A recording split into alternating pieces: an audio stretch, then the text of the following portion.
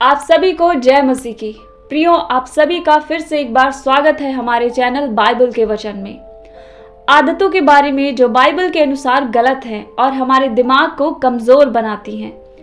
प्रियो, हम सब चाहते हैं कि हमारा या हमारे बच्चों का दिमाग तेज और सक्रिय रहे ताकि हम जीवन की चुनौतियों का सामना कर सके और जीवन में सफल हो सके।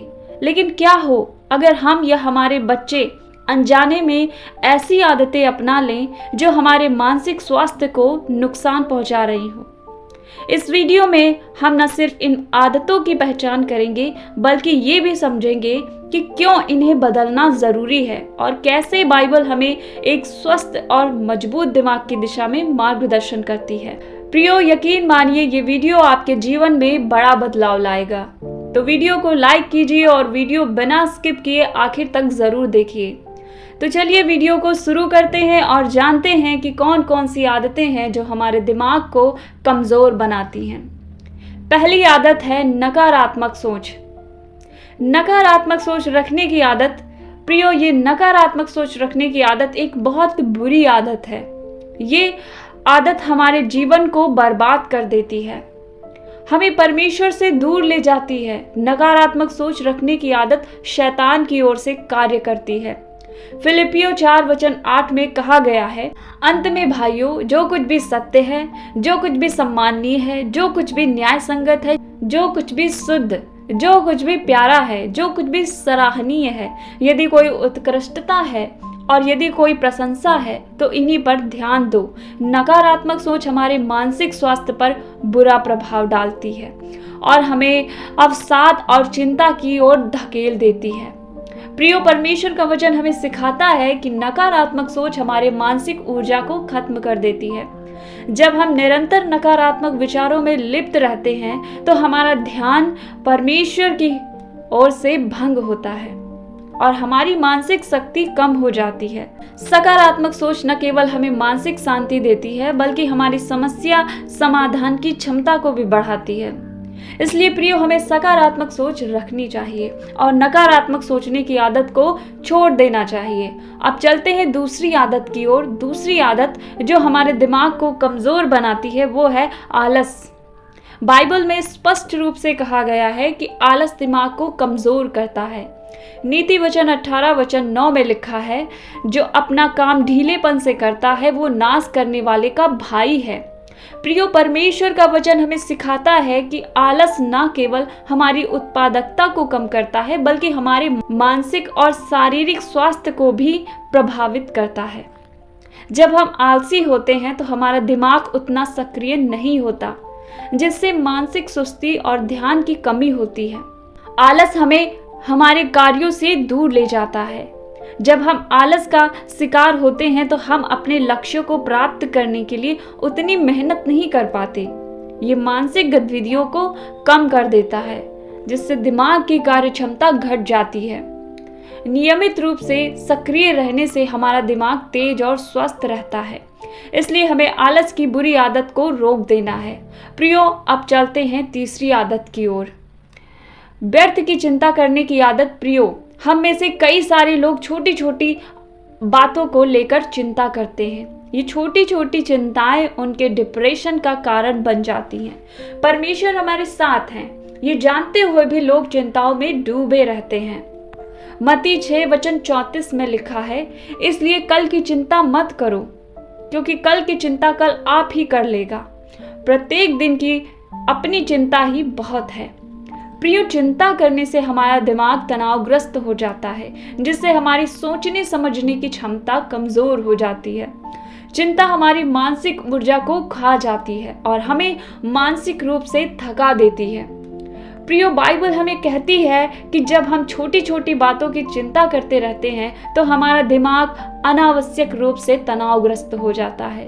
इससे मानसिक थकावट होती है और हमारी निर्णय लेने की क्षमता प्रभावित होती है। बाइबल सिखाती है कि हमें परमेश्वर पर भरोसा करना चाहिए और चिंता से मुक्त रहना चाहिए।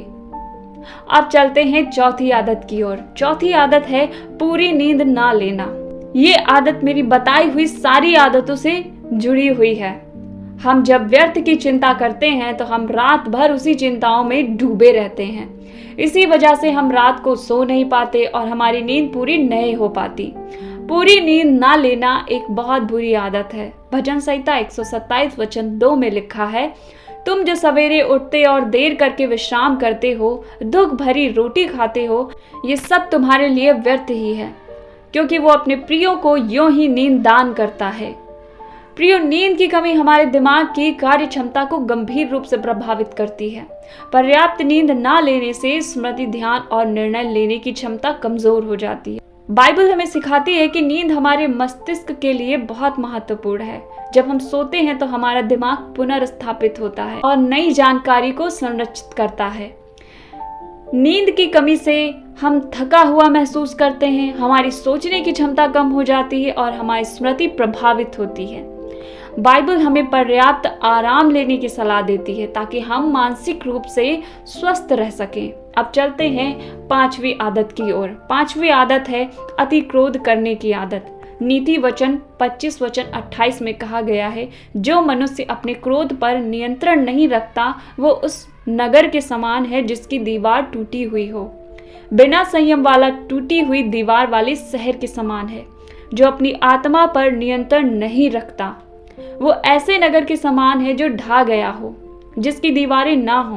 प्रियो, क्रोध करने की आदत से हम हमारी आत्मा पर, हमारे शरीर पर नियंत्रण नहीं रख पाते, जिससे हमें आत्मनियंत्रण की कमी हो जाती है। आत्मनियंत्रण की कमी हमें बुरी आदतों की ओर ले जाती है जो हमारे दिमाग की कार्य क्षमता को कमजोर करती है।